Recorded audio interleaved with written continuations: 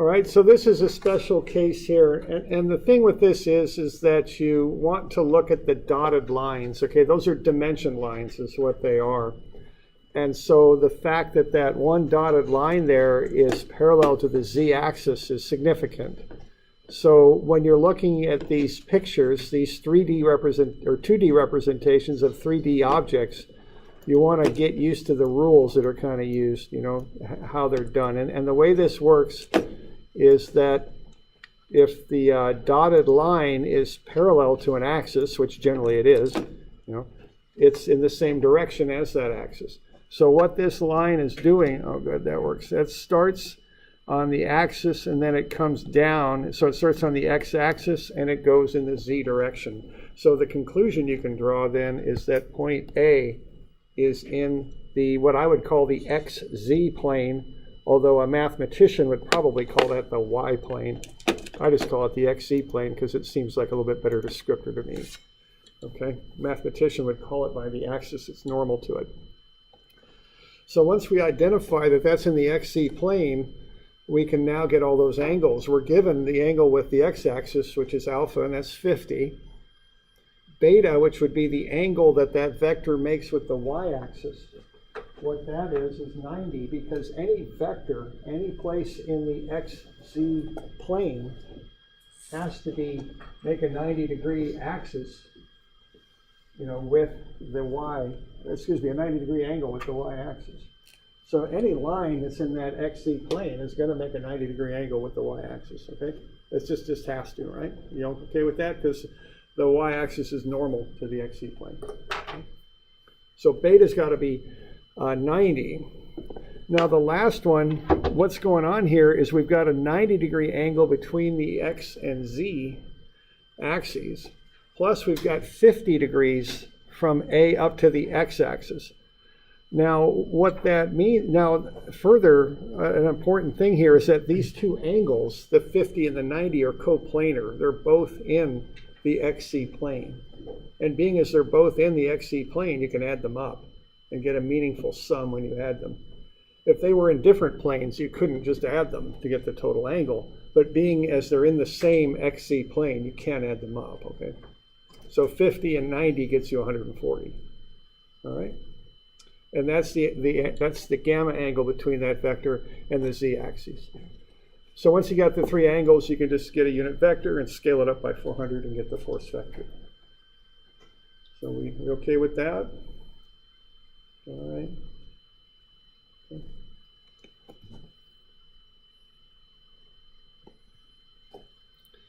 All right. Now this next one here is called a double projection. Now again, you've got to look at the dotted lines to kind of see what's going on here. We're projecting down from that F4 vector, which is up in 3 space, we're projecting it down to that point B, is what we're doing. Now point B is in the XY plane because that dotted line comes out from the x-axis in the y direction. So that's in the XY plane, point B, okay? And then we're coming down from that vector in 3 space to point B. So what we're doing is we're projecting that vector down into the XY plane. So we can use right angle trig to do that because that line, that projection line coming down to the XY plane would make a 90-degree angle with the plane. Okay? So we have a right triangle there with a 32-degree angle. So we can use that to get F4. It's cosine 32 times 800, and that's 678. Okay, so that's what I call F4 prime. I think I misspoke there. That's F4 prime, which is in the XY plane. So that's the projection of that 800 Newton vector into the XY plane. All right. Now what I want to do now is get that projection over on the X and Y axes. Additionally, I'd like to know how to project this original vector up to the z-axis. So all I got to do for that is to take 90 minus 32, and that will get me the remaining angle to get that vector up to the z-axis, which would be 58. So that gets me gamma. All right. So what's going on here is this vector, the projection, okay, which I'm calling F4 prime, that's the opposite direction from the x-axis as the y-axis is. So this is a 20-degree angle, and if you're drawing it up in 2D, it would look like that. See, this vector is opposite the y-axis. It's on the other side, okay? So there it is, okay? So now once I've got that, I can use cosine 20 and get it onto the x-axis, and cosine 110, which is 20 plus 90, and get it onto the y-axis, okay? So what I've got now is the means to project that F4 vector in 3 space onto the 3 axes. I've got the angles I need. Now some of those are going to be double projections. So I'm going to take F800, the magnitude. Now let's start with the z component. It's just cosine 58, because I'm just swinging up 58 to get up to this z-axis, that's all. But for the other two, I've got to start with a cosine 32 to get down into the xy plane, then use the 20-degree angle to get to the x-axis, and 110 degrees to get to the y. Okay? So I've got to put two angles together, the cosine of two angles together for the I and j components there. Okay? And that's called a double projection, is the term for it. Yeah. Is there a way you would have a double projection for the z component as well? If it was like, right? I think geometrically it gets pretty complicated to have all three of them as doubles. I've never seen it. It's always one, one axis has a single, the other two have a double. Because what you're generally doing is projecting down into a plane and then swinging to the two axes that make up the plane from there. Okay, yeah. That makes sense. Yeah, I think so. All right. Okay, so that's a little bit there with angles and using angles to get these projections. And keep in mind that I assigned 143, and that's due Wednesday, this coming Wednesday. Okay, and that'll involve a double projection, is what that will involve. Okay, so any other questions on that stuff? Okay. All right. Now that's where we start with these vectors, because we have this fundamental relationship between angle and unit vector, okay? So that's why we start there. But actually a more common situation is not to have those three angles. They're kind of hard to measure. And again, I've got these kind of oddly angled struts here that hold up that roof at the Salem Convention Center. Normally what you've got on a set of plans is you have coordinates is really what you've got. So if you put this whole building on a coordinate system, you've got the coordinate there and the coordinate there. And that's really how you develop that vector. It's not so much by being given angles, which in 3 space would be very hard to dimension everything with all the angles. What you do is you dimension coordinates, x, y, z. And if you've done any work with CAD, AutoCAD, you can pull coordinates right out of it. SolidWorks, I would assume you can get x, y, z's right out of it too. So, when you design something now, keep in mind that drafting is obsolete, okay, pretty much. We don't draft very much at all anymore. What we do, we create models in a computer, 3D models very commonly. And you're going to have X, Y, Z coordinates on everything. So what we do, we use these coordinates to get these vectors that we need, these force vectors. And that's done with what are called position vectors, okay? Now the simplest position vector is just a coordinate. So if you've got that point C there, now again, notice my dimensioning style. I've got the 6 on the x-axis. I'm on page 195. I've got the 1 in the negative y and the 4 in the z. So what I'm doing there, from the origin, I'm going 6 in the x, minus 1 in the y, and 4 in the z. And that gets me to the position of C, which is called out, for some reason they use the letter R, position vector. Okay? All right, so notice that dimensioning style. That's what we're going to use to call out these 3D coordinates. Again, we've got that idea of parallel lines. The 6 is right on the x-axis. The 1 is on a line parallel to the y, but going in the opposite direction. And the 4 is in the z. Okay? Now, in engineering books, they'll write that out like so. In math books, they'll often do it just with numbers and commas. even sometimes just numbers and spaces. I don't really care. You can do whatever the heck you want. It doesn't make any difference to me, okay? But in an engineering textbook, usually they go to the extent of using those I, J, and Ks on there, okay? But you don't have to if you don't want to. I don't care. Okay.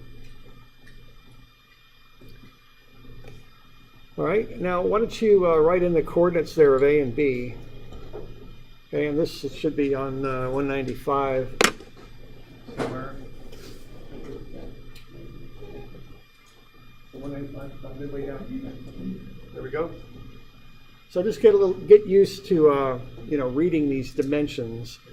They'll be on the homework. They'll be on the tests. I mean, this is how they'll be dimensioned. So just get comfortable with reading these. Okay.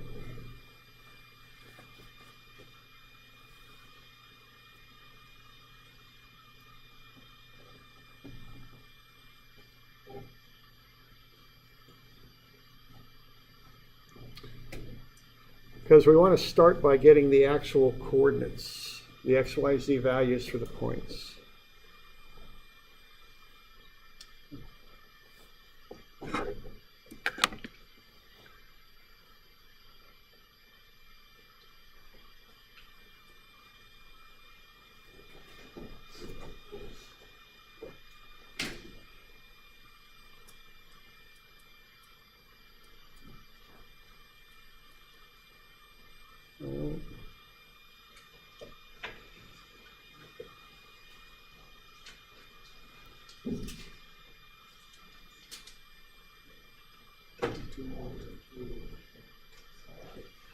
All right, do we got that? Do we got -6, -1, 6, 2, and 2, -3, -1? Are we okay with those? Got any questions? Because this is kind of a basic skill that you all should be able to do. So, we're going -1 here in the x.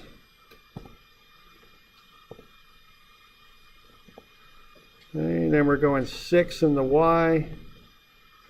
And then we're going up.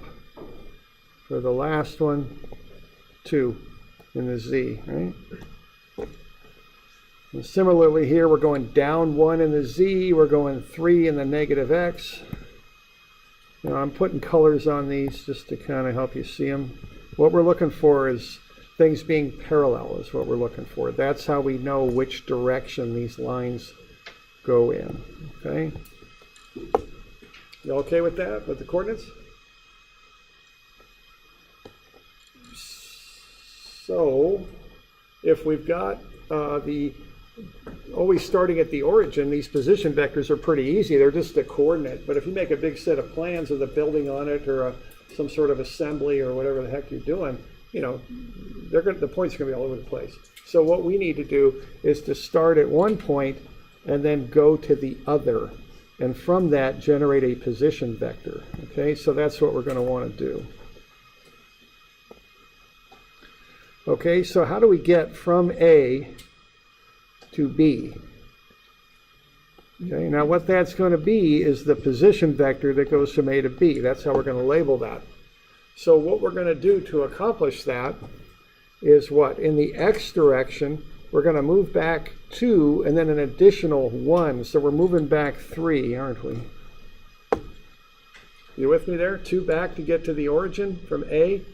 1 further back from the origin to get to B in the x direction. So I'm adding the 2 and the 1, but I'm going back. Okay, and the y, that's the orange color. I'm going 3 and then 6 more, so I think that's 9.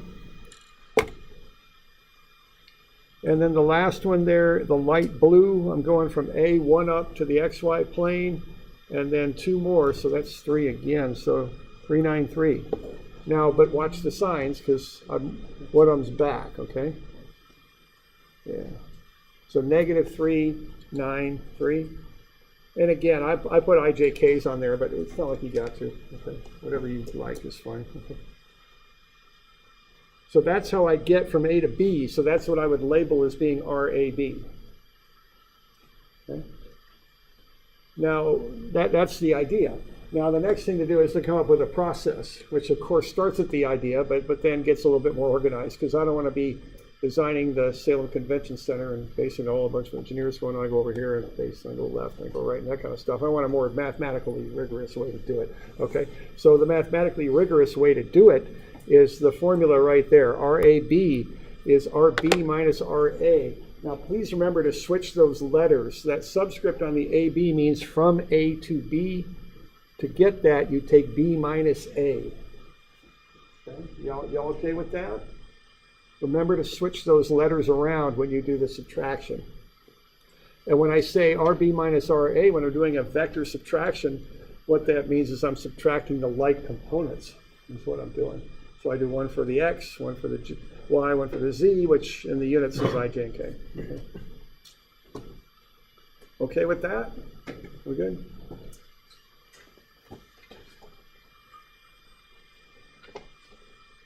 All right. So that's what that looks like. I got it two different ways, one with the I, J, and K, one without. Now, when I'm doing subtractions, I like to stack them like that. I make less errors, okay? Put the I over the I, J over the J, K over the K. That way I'm nice and matched. And it takes me back to second grade, I think, when I did subtraction like that, and I do it more consistently, okay? All right. So I get that's how I would actually generate that minus 3I plus 9J plus 3K. Okay? So that's how I would get the position vector from A to B. So are we doing all right with that? We got any questions on that bit?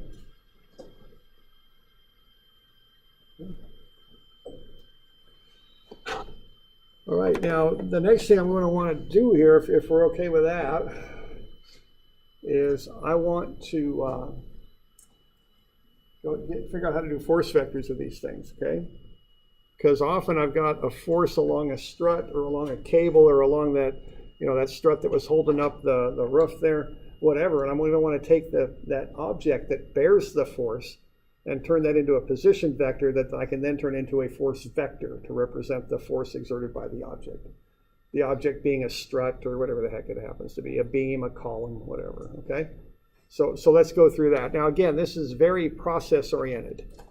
Okay, I've got an example here where I've got a winch here on this truck attached to a tree, and we want to find the force vector from A to B. So this is what we're actually calculating is what the truck is doing to the tree here. We're going to make sure the tree's strong enough to do this, okay?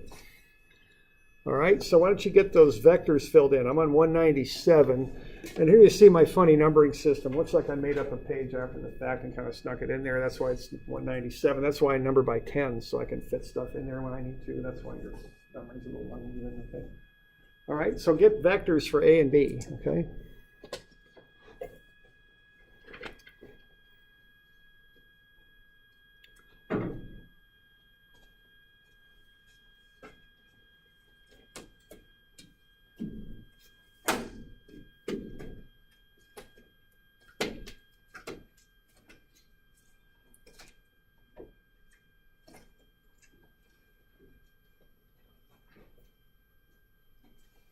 Now B has a 0 in it. If you don't have a dimension in a given direction, that means the dimension is 0. So don't get faked out by that. Okay?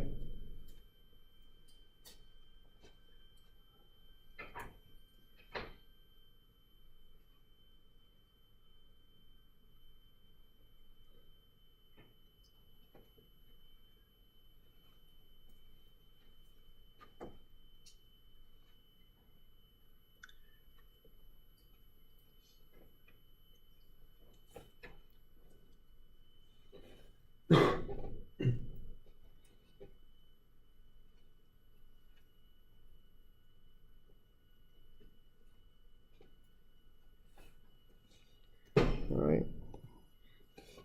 So we got A and B. We have 2, 0, 1. So that, see, there's no dimension there for B in the Y direction, see?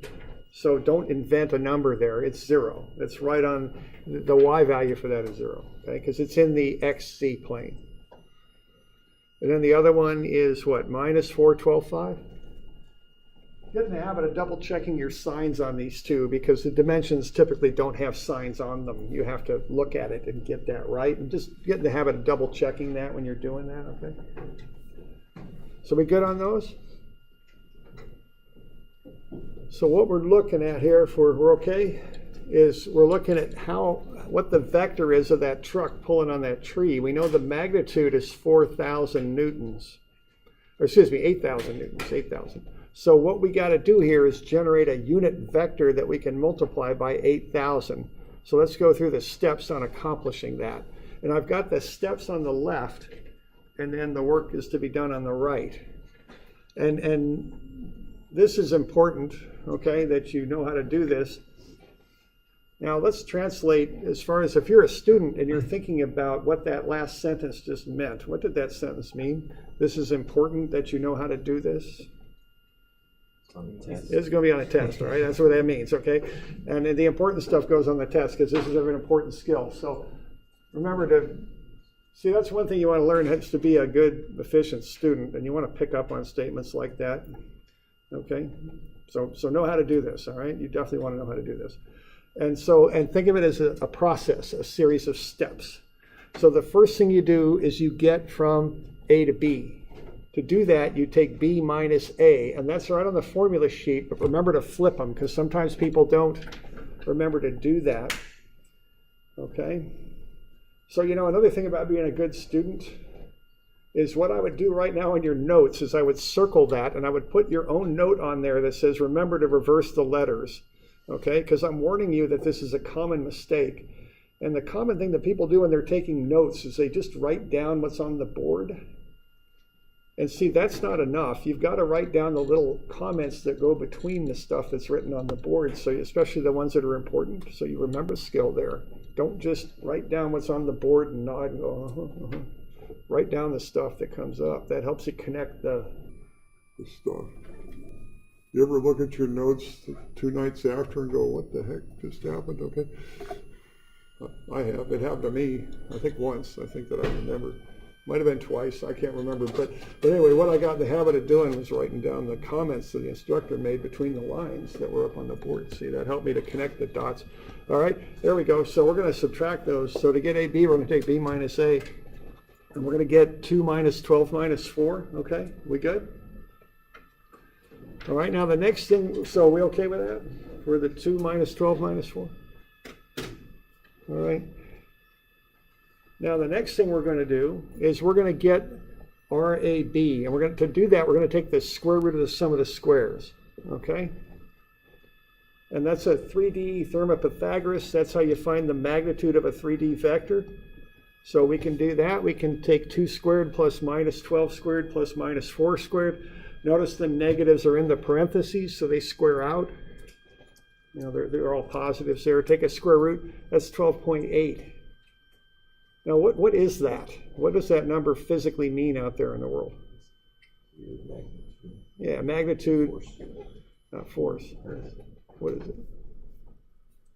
Magnitude of the vector. Yeah, what is it though? That's how long the rope is, yeah. Okay. And I'm sorry, I'm kind of, Oh yeah. You probably knew that, but It was the hypotenuse B. I was like yeah. the rope. Yeah, that's how long the rope is. Now, in this class, see, we consider everything to be what we call a rigid body. So I'm not thinking about stretching the rope or anything like that. I'm just thinking it's just a rope. And see, that does not affect the force. The force is 8,000 newtons. It doesn't matter how long the rope is. So what I want to do is get that out of the vector. So what I'm going to do is divide through by 12.8. That gets the length out of the vector. And what I'll have then is a unit vector. So by dividing through by that length, what I got is a unit vector that points the direction from A to B. See? So I'm getting the length out of the vector. And I'm getting a unit vector, and that's a direction pointer is how I think about it. They're called unit vectors, but they're like a sign that says go that way. That's what they are. Okay. Okay, so now I got the unit vector. Now notice when I divide through by the length, the original vector is in meters. I divide through by meters, so a unit vector is unitless, no units. Okay.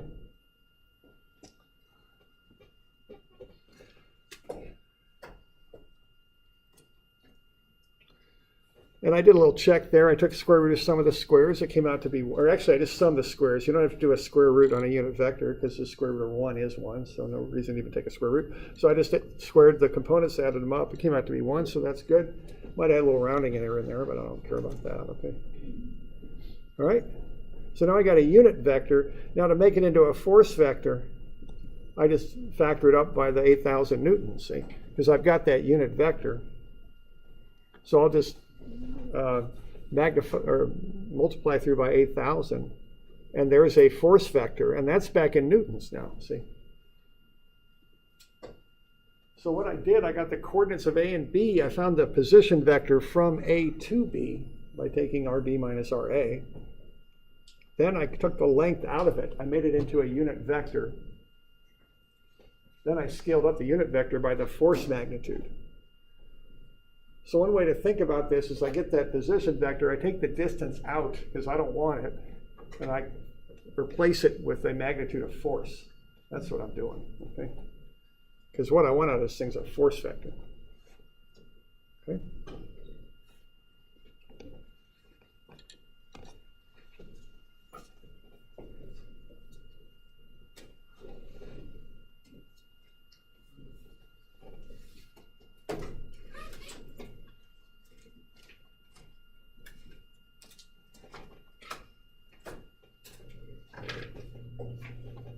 So that's kind of what's up with that one.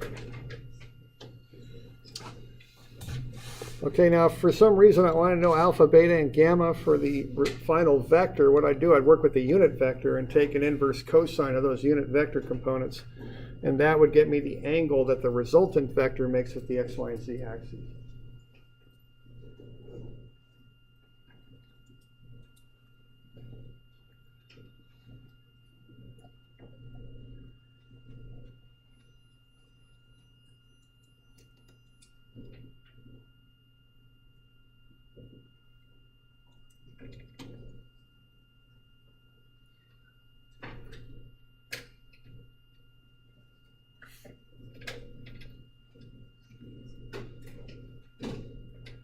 All right, so that's kind of a run through on that, and that's a blueprint of how to do these types of problems. You know, these steps that you would employ to find a force vector when you've got positions and a force magnitude.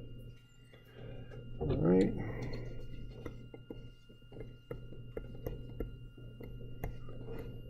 So I'll get you a couple of these to do for Wednesday. And I can't really, we also got 141 and 143, right? Yep. Is that correct? Is that it? And this one, there it goes. Is this program or what? Man, I'm having trouble with these pens. Okay, so there'll be 4 of them due, 141, 143. 151, and I'm pretty sure it's 153. Let me just get a check on that earlier.